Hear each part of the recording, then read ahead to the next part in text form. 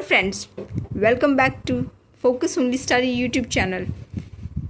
So, under our revision course, we were doing Revolt of 1857 of modern history. ठीक है? 2 parts have been already uploaded. Let us continue the chapter. ठीक है? पहला question है, The revolt of 1857 was witnessed by which poet? Mirza Ghalib. BPSC का PYQ question है जिसमें पूछा गया है कि कौन सा कवि जो है वो 1857 क्रांति के गवाह बने थे. तो इसके सही जवाब है मिर्ज़ा गालिब. ठीक है. Based on this PYQ question let us see the guess question. Which Urdu poet had his original residence in Agra?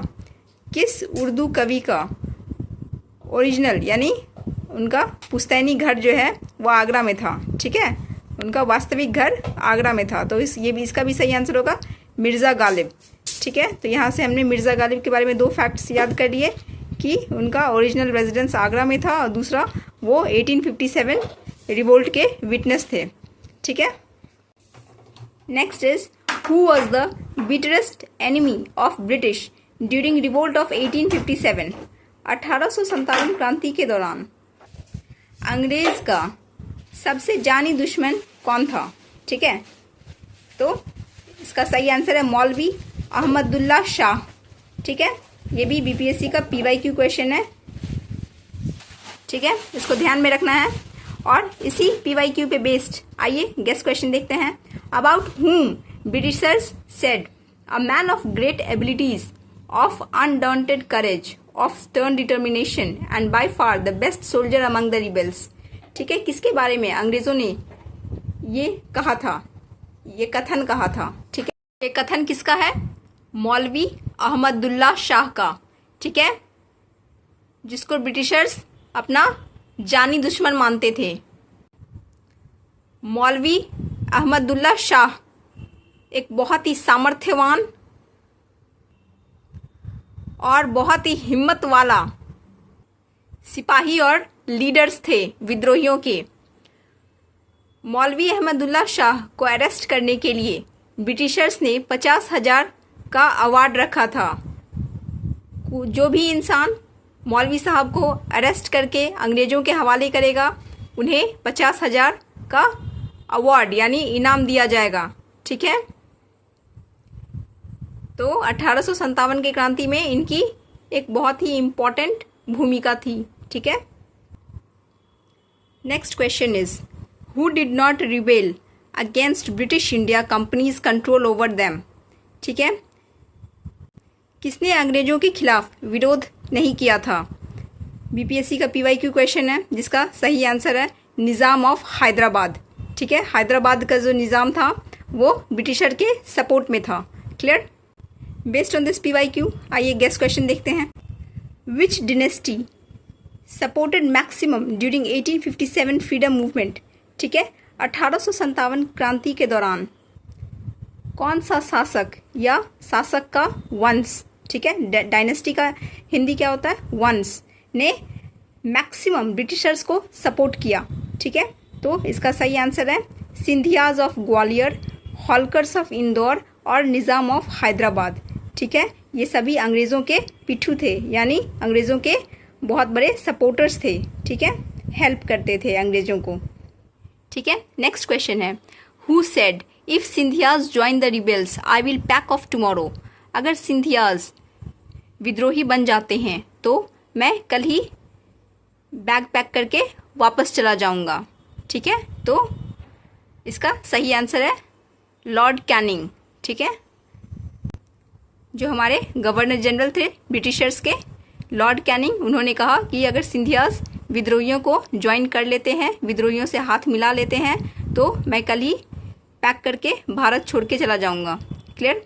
Next is which groups did not participate in revolt of 1857?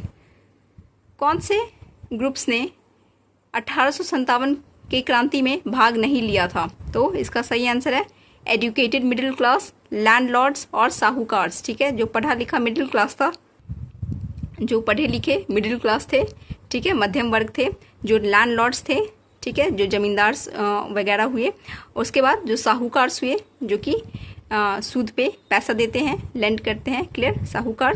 तो ये इन सभी ने जो है 1857 की क्रांति में भाग नहीं लिया था।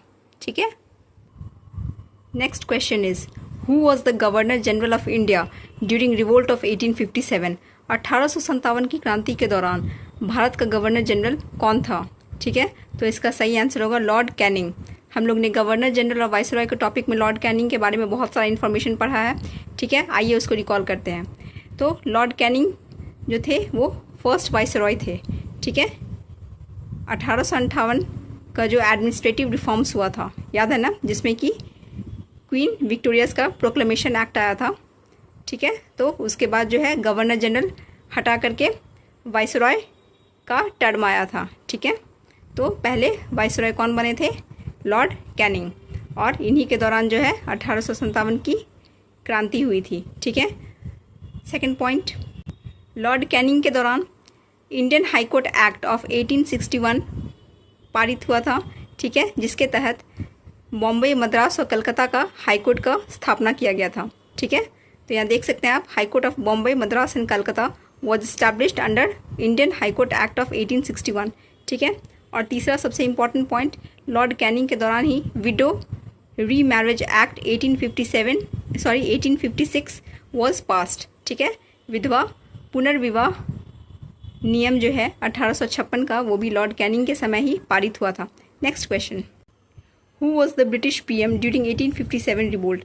1857 की क्रांति के दौरान अंग्रेज का प्रधानमंत्री कौन था? ठीक है, ब्रिटिश पीएम कौन था इंग्लैंड में? तो इसका सही आंसर होगा विस्काउंट पामर्स्टन। ठीक है, विस्काउंट पामर्स्टन जो थे वो ब्रिटिश पीएम थे। ठीक है। Next question, who was the British commanding officer eight Barrackpore during revolt of 1857। 1857 की क्रांति के दौरान जो बैरकपुर में मंगल पांडे का घटना हुआ था, ठीक है, उस दौरान जो है ब्रिटिश कमांडिंग ऑफिसर कौन था? तो इसका सही आंसर है सर जॉन बेनेट हर्से। ठीक है, सर जॉन बेनेट हर्से, ध्यान में रखना है। Next question, which part of Bihar was unaffected with revolt of 1857। 1857 की क्रांति के दौरान बिहार का कौन सा पार्ट अनअफेक्टेड रह गया, मतलब उस पर इस क्रांति का कोई प्रभाव नहीं पड़ा। ठीक है, अप्रभावित रह गया। तो इसका सही आंसर होगा मुंगेर। ठीक है, ये PYQ क्वेश्चन है बिहार पॉइंट ऑफ व्यू से। ठीक है, तो ये जो है अपना बिहार सेक्शन में भी जो है ये क्वेश्चन पूछा जा सकता है 1857 रिवोल्ट से। ठीक है, तो Munger was unaffected totally. Next, based on that PYQ question, let us see the guest question. First is, which places of Bihar were major centers of revolt of 1857? अब प्रीवियस क्वेश्चन में हमने क्या देखा था कि BPSC ने पूछा कि बिहार का वो कौन सा जगह था, ठीक है, जो कि 1857 क्रांति से पूरी तरह से अनअफेक्टेड रहा, तो वो था मुंगेर। अब यहाँ पे हो सकता है पूछ दे कि बिहार का कौन सा जगह है जो कि मुख्य सेंटर्स, ठीक है, मेन सेंटर्स थे इस क्रांति में। तो इसका सही आंसर होगा Arrah, Danapur, Gaya, Patna, Muzaffarpur and Shahabad. Next question is, which Indian territory was not affected by 1857 revolt. अब भारत का कौन सा ऐसा प्रदेश था, टेरिटरी था, जो कि इस क्रांति से पूरी तरह से अनअफेक्टेड रहा? तो इसका सही आंसर होगा चित्तौड़। ठीक है, चित्तौड़ ने इस क्रांति में, इस रिवोल्ट में पार्टिसिपेट नहीं किया था और ना ही इसमें किसी तरह का कोई कंट्रीब्यूशन दिया था। ठीक है। Next question is, main cause of failure of revolt of 1857। ठीक है, 1857 की क्रांति के फेल होने का सबसे बड़ा कारण क्या था? ये BPSC का PYQ क्वेश्चन है, पूछा हुआ क्वेश्चन है, जिसका सही आंसर होगा lack of common strategy, central organisation, support of native kings of major territories to British. मतलब इसमें 3 पॉइंट्स हैं, ठीक है, इसके आंसर में, कि सबसे पहला तो कॉमन स्ट्रैटेजी की कमी थी। ठीक है, कोई एक कॉमन स्ट्रैटेजी नहीं था इस रिवोल्ट को लीड करने के लिए। दूसरा, लैक ऑफ सेंट्रल ऑर्गेनाइजेशन, कोई एक केंद्रीय संगठित संस्थान नहीं था। ठीक है, मतलब लोग इधर उधर रिवोल्ट छोटी छोटी ग्रुप्स बना के जो है विद्रोह कर रहे थे, लेकिन इसको एक संगठित करने वाला कोई एक सेंट्रल ऑर्गेनाइजेशन अवेलेबल नहीं था। ठीक है, किसी एक प्रॉपर स्ट्रैटेजी के तहत ये लोग रिवोल्ट नहीं कर रहे थे, जिसको जैसे मन हो रहा था वो अपना विद्रोह शुरू कर रहा था। ठीक है, so this revolt was basically in the form of scattered sepoy mutiny, right? Next is support of native kings of major territories to British। मतलब अंग्रेजों को हमारे भारतीय राज्य के, माफ़ कीजिएगा, हमारे भारतीय देश के बहुत सारे नेटिव किंग्स जो थे, ठीक है, यहाँ के जो राजा थे, जो शासक थे, उन्होंने ब्रिटिशर्स को सपोर्ट करा। ठीक है, विद्रोहियों को सपोर्ट करने के बदले उन्होंने ब्रिटिशर्स को सपोर्ट करना ठीक समझा। और इसको दूसरे ढंग से हम लोग कह सकते हैं कि leadership of Bahadur Shah Zafar did not have popular support. मतलब विद्रोहियों के जो लीडर थे बहादुर शाह जफ़र, ठीक है, जो मुग़ल एम्परर थे, उनको सपोर्ट अच्छे से नहीं मिला यहाँ के शासकों द्वारा। ठीक है, हमने देखा निज़ाम ऑफ हैदराबाद, ग्वालियर और होलकर, इन लोगों ने किस तरह से ब्रिटिशर्स को पूरा फुल सपोर्ट दिया था, होल हार्टेड सपोर्ट किया था। ठीक है, तो हम लोगों ने देखा यहाँ पे क्या पता चलता है कि रिवोल्ट ऑफ 1857 को फेल होने का मुख्य कारण है स्ट्रैटेजी का ना होना, सेंट्रल ऑर्गेनाइजेशन का ना होना और ब्रिटिशर्स को नेटिव किंग्स द्वारा फुल होल हार्टेड सपोर्ट मिलना। ठीक है, अब आइए हम लोग देखते हैं हु कॉल्ड व्हाट। ठीक है, रिवोल्ट ऑफ 1857 को विभिन्न तरह के लोगों ने अलग अलग ढंग से नाम दिया। ठीक है, तो देखते हैं, इसमें 2 कॉलम है। पहले कॉलम में रिवोल्ट ऑफ 1857 को क्या कहा गया और दूसरे कॉलम में किसके द्वारा कहा गया। ठीक है, तो पहला है कॉन्स्पिरसी। ठीक है, कॉन्स्पिरसी का हिंदी क्या होता है? षड्यंत्र।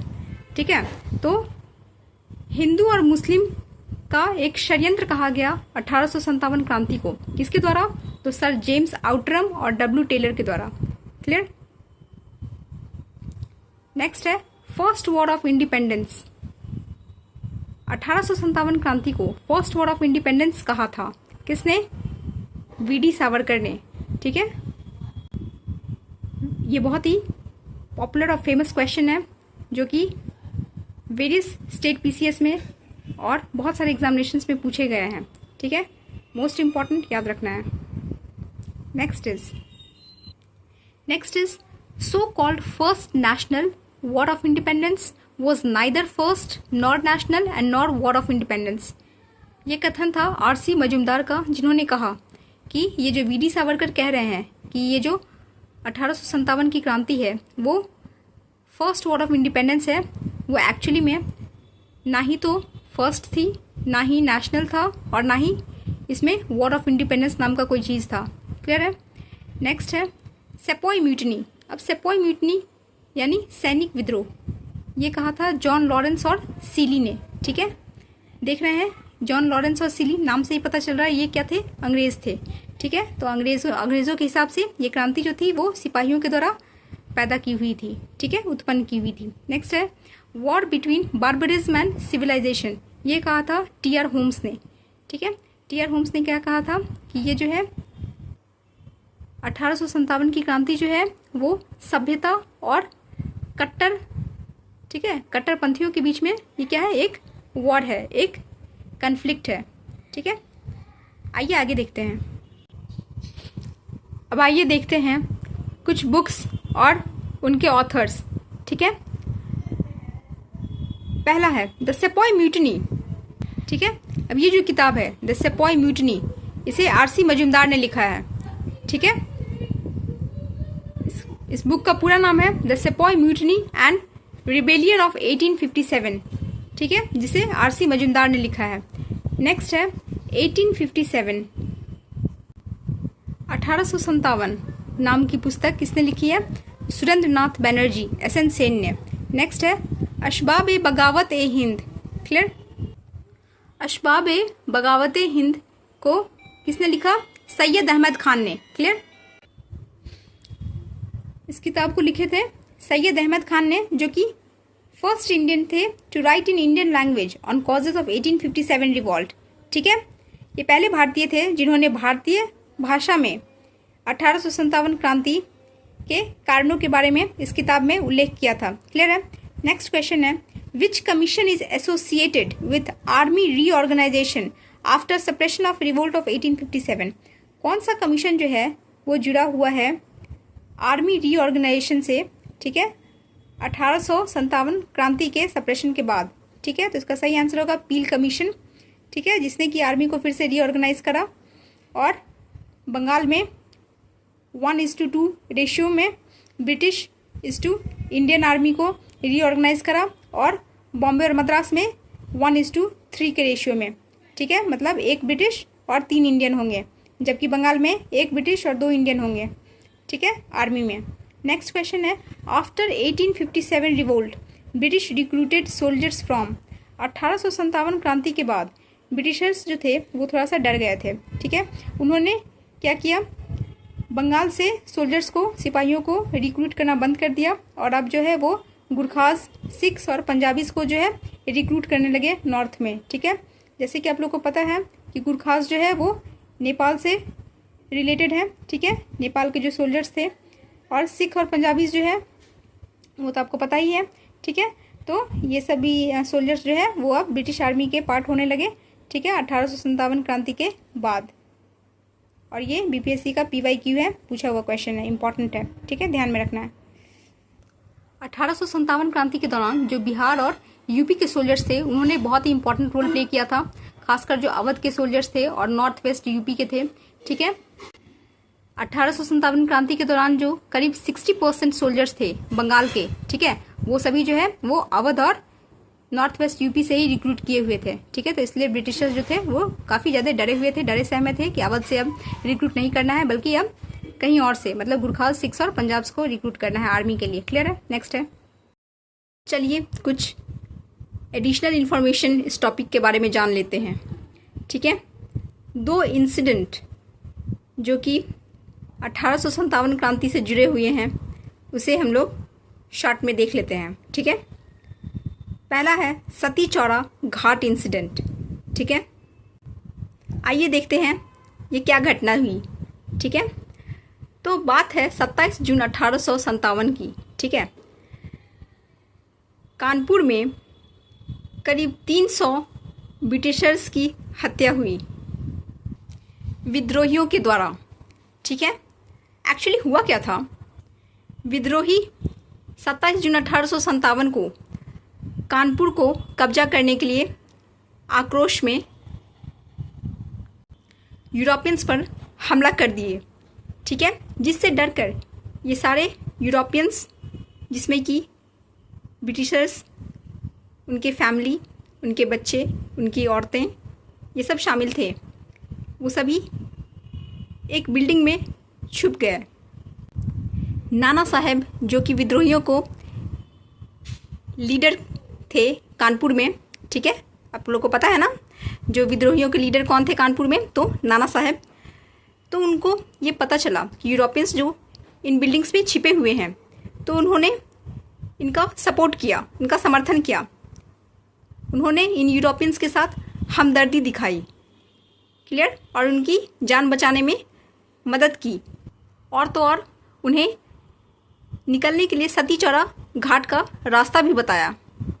लेकिन जैसे ही यूरोपियंस एक समुद्री जहाज़ में सवार होकर निकलने को थे कि विद्रोहियों को ये बात पता चल गई और विद्रोहियों ने समुद्री जहाज़ को बम से उड़ा दिया और करीब 300 ब्रिटिशर्स, जिसमें कि मैन, वुमेन और उनके चिल्ड्रन थे, वो सभी मारे गए इसी सती चौरा घाट पर, और कुछ ने पानी में तैरकर अपनी जान बचाई। इस इंसिडेंट का दोषी नाना साहब को माना गया ब्रिटिशर्स के द्वारा, ठीक है। तो ये था इस इंसिडेंट की छोटी सी कहानी, ठीक है। नेक्स्ट है बीबी घर मैसेकर। मैसेकर का हिंदी होता है हत्याकांड, क्लियर। अब बीबी घर है कहाँ, तो ये भी कानपुर में है और ये भी सती चौरा घाट इंसिडेंट से जुड़ा हुआ है, ठीक है। बीबी घर का मतलब क्या होता है, हाउस ऑफ लेडीज़, ठीक है। और ये आज के डेट में एक टूरिस्ट प्लेस है जिसको कि 1857 रिबेलियन का एक साइट के रूप में देखा जाता है लोगों के द्वारा। ठीक है, क्या हुआ था यहाँ, those who survived from Sati Chaura Ghat incident sheltered in Bibi Ghar at Kanpur. ठीक है, अब जिन लोगों ने अपनी जान बचाई थी सती चौरा घाट इंसिडेंट से, ठीक है, वो कानपुर में ही एक बिल्डिंग था बीबी घर नाम से, वहाँ पे उन्होंने अपने आप को छुपाया। ठीक है, अपने आप को शेल्टर दिया। अब क्या हुआ, in Allahabad large number of people were killed by general Havelock and James Neill. ठीक है, इलाहाबाद में क्या हुआ कि जनरल हैवलॉक और जेम्स नील ने बहुत सारे लोगों की हत्या कर दी। ठीक है, जिसके विरोध में, ठीक है, यूरोपियंस हिडन एट बीबी घर वेर किल्ड। ठीक है, अब क्या हुआ कि ये खबर कानपुर में फैल गई कि इलाहाबाद में ऐसे ऐसे अंग्रेजों ने बहुत विद्रोहियों की और बहुत लोगों की हत्या कर दी है। ठीक है, इस हत्याकांड का खबर सुनते ही कानपुर में विद्रोहियों ने जो बीबी घर में यूरोपियंस छिपे हुए थे उन पे हमला कर दिया और उनको मार दिया। अब बीबी घर हत्याकांड में भी करीब 200 ब्रिटिशर्स, जिसमें कि फिर से उनके फैमिली भी थे, ठीक है, उनके औरतें, उनके बच्चे, ब्रिटिशर्स ये सभी मारे गए। ठीक है, और उनकी लाश को वहाँ पे जो कुआं था उसमें फेंक दिया गया। तो ये था एक छोटा सा इंसिडेंट, ठीक है, जो कि पता होना चाहिए, 1857 क्रांति से जुड़ा हुआ है। ठीक है, तो यहाँ पे हम लोग का ये चैप्टर ख़त्म होता है 1857 क्रांति, और अब हम लोग देखेंगे इसके आगे का पोर्शन जो कि है सिविल अपराइजिंग्स। ठीक है, अभी 3-4 दिनों से एक भी वीडियो अपलोड नहीं हुआ था, मेरे कुछ पर्सनल रीजंस थे। ठीक है, तो उसके लिए हम माफ़ी चाहते हैं, लेकिन ये मेरा प्रॉमिस है, कमिटमेंट है कि 13 दिसंबर को एग्ज़ामिनेशन है। हम 25 नवंबर तक सभी सब्जेक्ट्स का रिवीजन डिटेल में और फास्ट में करवा देंगे। अब से जो भी वीडियो आएगा, जिस भी सब्जेक्ट्स के बारे में आएगा, उसमें हम इम्पोर्टेंट पॉइंट्स बताएंगे, क्योंकि अब समय बहुत ही कम बच गया है। ठीक है, तो इसीलिए क्वेश्चन फॉर्मेट में लिखना और उसको बोलना ये बहुत ही टाइम टेकिंग हो रहा है। इसीलिए अब हम लोग क्या करेंगे, जो भी इम्पोर्टेंट एग्ज़ाम ओरिएंटेड टॉपिक्स हैं उन सभी को सिलेक्ट करके, ठीक है, या तो किताब में ही मार्क करके या फिर बोर्ड पर ही लिखकर एक कलेक्टिव पॉइंट्स बनाकर जो है समराइज़ करके उसको फास्टली कवर अप करते जाएंगे। ठीक है, तो आप लोग जुड़े रहें फोकस ओनली स्टडी के साथ और मन लगा के पढ़ते रहें। अच्छा लगे तो लाइक, शेयर एंड सब्सक्राइब ज़रूर करें। Thank you, all the best to all the aspirants. मिलते हैं नेक्स्ट वीडियो में।